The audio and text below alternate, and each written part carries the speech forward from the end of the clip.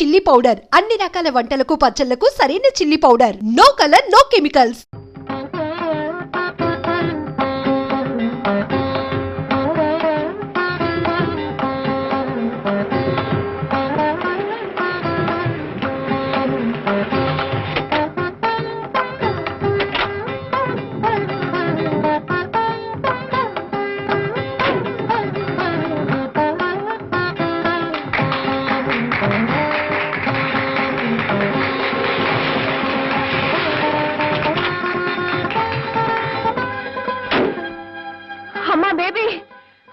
నీకోసం తిరగని ఊరు లేదు, వెతకని పేట లేదు. రాత్రి బావుల్లో తిండి తిప్పులు మానేసి కళ్ళల్లో ఒత్తులు వేసుకుని వెతుకుతున్నావమ్మా. నా తల్లి, ఏం బాబు లక్షణంగా పెళ్లి చేసుకోబోతున్న పిల్లని ఇలా లేపుకొచ్చేస్తావా? చూడమ్మా, నువ్వు ఎవరితో మాట్లాడుతున్నావో తెలుసా? తెలుసండి బాబు, ఈయన గారి గురించి చాలా తెలుసు. మా అమ్మాయి తులసి సంగీతం అంటే చెవి కోసుకుంటుంది. ఆ సంగతి అలసుగా తీసుకుని ఈ సంగీతం మాస్టారు మా అమ్మాయిని వల్లో వేసుకుని మాతో చెప్పకుండా లేపుకొచ్చేసాడండి. నువ్వు పదమ్మా. ఇదిగోండి అయ్యా, ఇలాంటి పవిత్రమైన స్థలాలకి సంస్థలకి ఒక పుణ్యాత్మని ఎవరైనా తీసుకురండి, పావనం అవుతుంది. అంతేగాని ఆడపిల్లల గొంతుల కోసం ఇలాంటి మహానుభావాలు కాదు.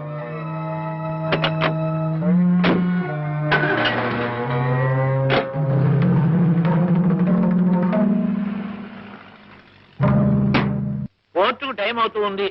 నీ కేసు ఏమిటో త్వరగా వివరించు నాయన. మా నాన్నండి, ఆయనకి 2 భార్యలండి. నేను పెద్ద భార్య కొడుకునండి. మా అమ్మగారు పోయారండి. అయ్యో పాపం.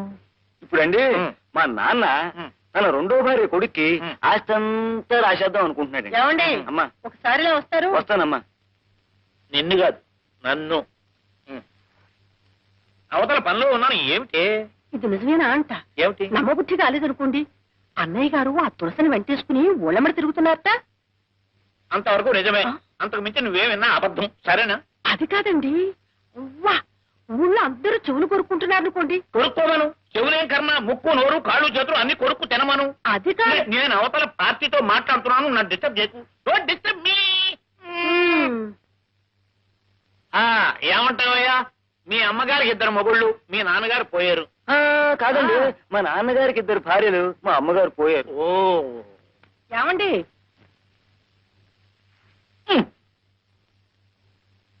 అబ్బా ఏమిటి నీ గోళ? ఏమిటి నీ గోళ? గోళా కాదు, గోళీ కాదు. నేను చెప్పేది వినిపించుకోరే. ఏమిటి? అన్నయ్య గారు ఎంత నిష్ఠాపరుడు, ఎటువంటి సాంప్రదాయమైన వంశం. రోజు దేవతార్చన చేస్తేనే గాని పచ్చి గంగైనా ముట్టేవారు కాదు. ఇప్పుడు ఏమైనా తప్ప తాగి రోడ్డున పడ్డాడా? ఒక అనాథకి ఆశ్రయం ఇచ్చాడు, అంతేనా? పాయింట్ని నీ పాపిళ్ళగా అష్టవంకలు చెప్ప. అది కాదండి, అవతల పార్టీ.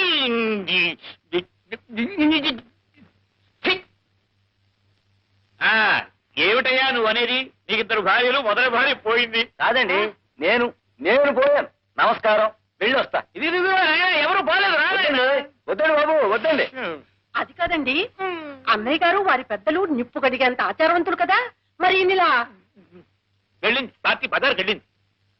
నీ పాయింట్ ఏమిటి? తులసికి ఆయన ఆశ్రయం ఇచ్చాడు, అంతేనా? సంగీతం అంటే ఇద్దరికి ప్రాణం గనక ఆయన పని చేశాడు, తప్ప రేపొద్దున ఏదైనా ఒక ఆడ పార్టీ ఇక్కడికి వచ్చి నాతో కూర్చుని మాట్లాడుతూ ఉంటుంది. నిన్ను విడిచిపెట్టే చేసి ఆ పార్టీ వెంబడి నేను పోయినట్టేనా? కులం ఏదైనా తులసి నిజంగా తులసి మొక్కంత పవిత్రురాలు. ఆ వినయము, విధేయత, నమ్రత, ఆ భక్తి ఇంకెవ్వరికి రావు. అద్వైత సిద్ధికి అమరత్వలబ్ధికి దానమి సోపానము. అద్వైత సిద్ధికి అమరత్వలబ్ధికి దానమి సోపానము. సత్య సాధనకు సత్య శోధనకు సంగీతమే ప్రాణము. సత్య సాధనకు సత్య శోధనకు సంగీతమే ప్రాణము.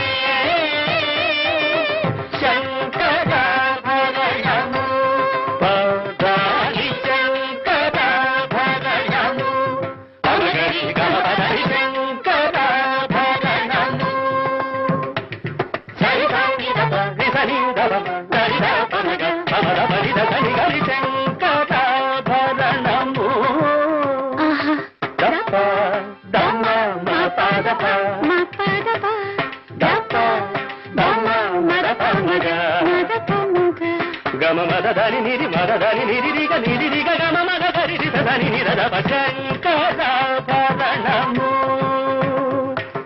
రి స స ది రి స స రి స స సరి సరి దని దని దని దని దని ని ని దని ని దని ని దని ని దని దని దని దని దని ద పద ద ద గరి గ మమ గ గరి గ మమ గ గరి గ మ పద మ పద మ ద మ గరి సని సరి గ సరి గరి మ గ పమ ద పమ గ పమ ద పని ద పమ ద పని ద సని ద పని ద సని రి స గరి స గరి సని ద రి స రి సని ద పస గరి సని ద రి సని ద పస రి ద పమ రి సని రి సని ద పని ద సని ద పమ ప రి సని ద ప సని ద పమ గ పమ గరి గ మ త రి సని పద మ ప రి సని ద పని ద పమ గరి రి సని ద పమ గరి సని శంకర భజనము శంకరాభరణము.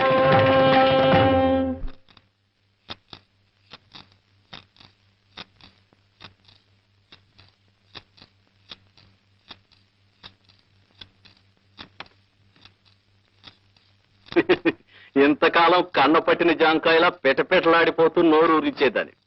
ఇప్పుడు నీ మీద మోసి తీరిపోయింది. ఇక ఆ సంగీత పంతులతోనే తిరుగుతావో సముద్రంలోనే దూకుతావో. వీడు నీకు దేవుడా? సరిగమలు పాడటం తప్ప సరసం ఆడటం తెలియని ఈ వెర్రిబాగుల వాడు నిన్నేం చేస్తాడే పిచ్చిదానా? కావాలంటే పో, వీడితోనే పో.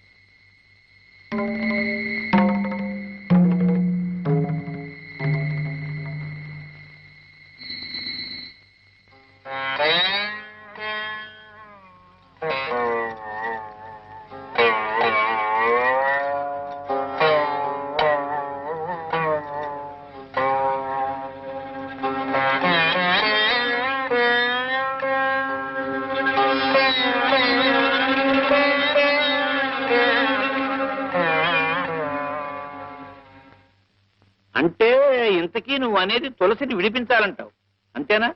అవునరా మాధవ, తులసి ఎలాగైనా సరే ఈ కేసు నుంచి బయటపడాలి. ఎంత ఖర్చైనా నేను భరిస్తాను. అర్థమైందిరా. ఈ కేసులో నేరం అంటూ ఏదైనా ఉంటే తులసి తల్లిది గాని పిల్లది ఎంత మాత్రం కాదు. ఏదో విధంగా వాదించి నెగ్గుతాను అనుకో. ఏమండి? ఏమిటి? మజ్జిగ ఉప్పు తక్కువేది ఇది. ఇప్పుడు నా పాయింట్ ఏమిటంటే, మీ ఇద్దరి సంగతి నాకు తెలుసు, కానీ చుట్టూ లోకం అంటూ ఒకటి ఏడ్చింది కదా. ఒక ఎదిగిన కూతురు తండ్రి కలిసి ఒకే రిక్షాలో వెళ్తుంటేనే దిక్కుమాలిన చెవులు కొరుకుంటుంది కదా ఈ లోకం. లోకేశ్వరుడికి తప్ప లోకానికి భయపడను రా మాధవ. నాకు తులసికి ఉన్న బాంధవ్యం ఆ పరమేశ్వరుడికి తెలుసు, నాకు తెలుసు. నువ్వు ఆ కేసు సంగతి ఆలోచించు.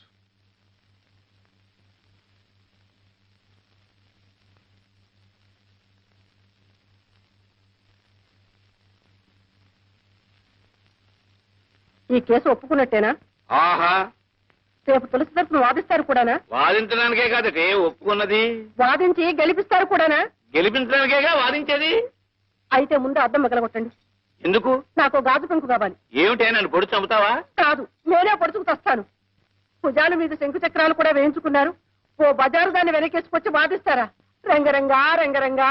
నువ్వు రంగరంగాను గంగ గంగాను నేను వాదించడం ఖాయం. ఏమిటి ఏమిటంట ఏమిటి?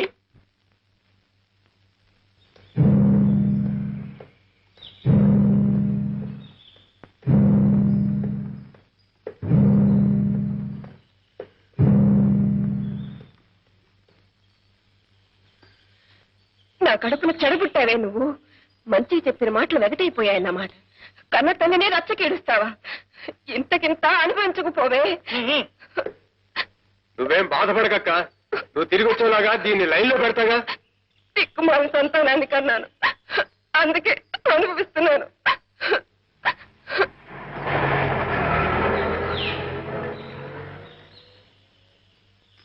ఎక్కడికి వెళ్తావే?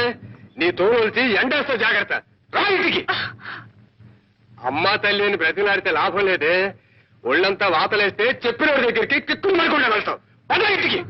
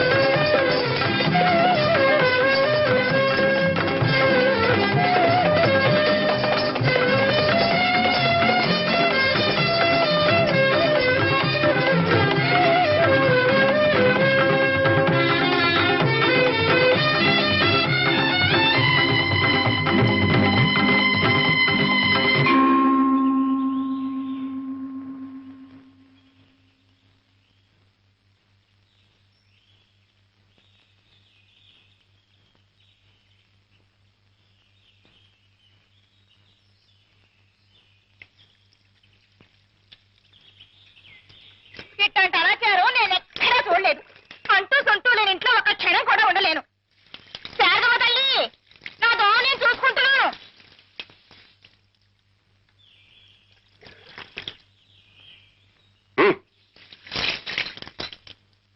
అడ్డమైన వాళ్ళని కొంపలో చేర్చుకుంటే పంచమహాపాతకాలు చుట్టుకుంటాయి. రౌరవాద నరకాలు పట్టిపోతారు. మడి దడి పట్టింపు ఉన్న కొంప కాబట్టే ఇన్నాళ్ళు ఉండగలిగాను. ఇప్పుడు కొత్త బుద్ధులు పుట్టుకొచ్చి కొత్త మనుషులను కొంపలో ఉంచుకుంటే నాకు పంచాగ్ని మధ్యంలో ఉన్నట్టు అనిపిస్తోందమ్మా. ఇక నేను ఉండలేను. ఏ గుళ్ళోనో కృష్ణారామ అనుకుంటూ కూర్చుంటాను. వింటున్నావా అమ్మా? ఇన్నాళ్ళు పలానా వాళ్ళు ఇల్లంటే అగ్నిహోత్రం అంత పవిత్రమైన అనుకునేవాళ్ళు నలుగురు. ఇప్పుడు ఆ నలుగురే దవళ్ళు నొక్కుకుంటున్నారు. ఇక నేను ఉండలేనమ్మా శారదమ్మ తల్లి. నాన్న వంట అత్తయ్యా. నువ్వు వెళ్ళి పూజ గది సిద్ధం చేయమ్మా.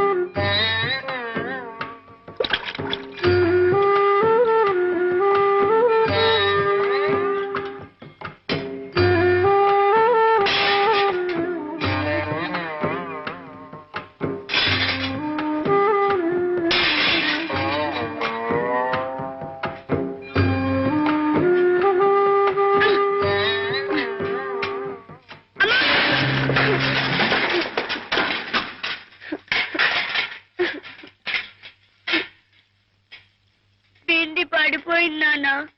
నైవేద్యాన్ని తొందరగా వంట చేద్దామని వస్తుంటే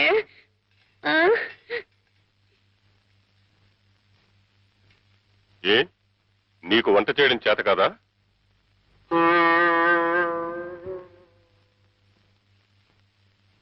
పసిపిల్ల, అది మరిగట్టుకుని వంట చేయలేక అవస్థపడుతూ ఉంటే చేతనైన వాళ్ళు వెళ్ళి సహాయం చేయొచ్చు కదా.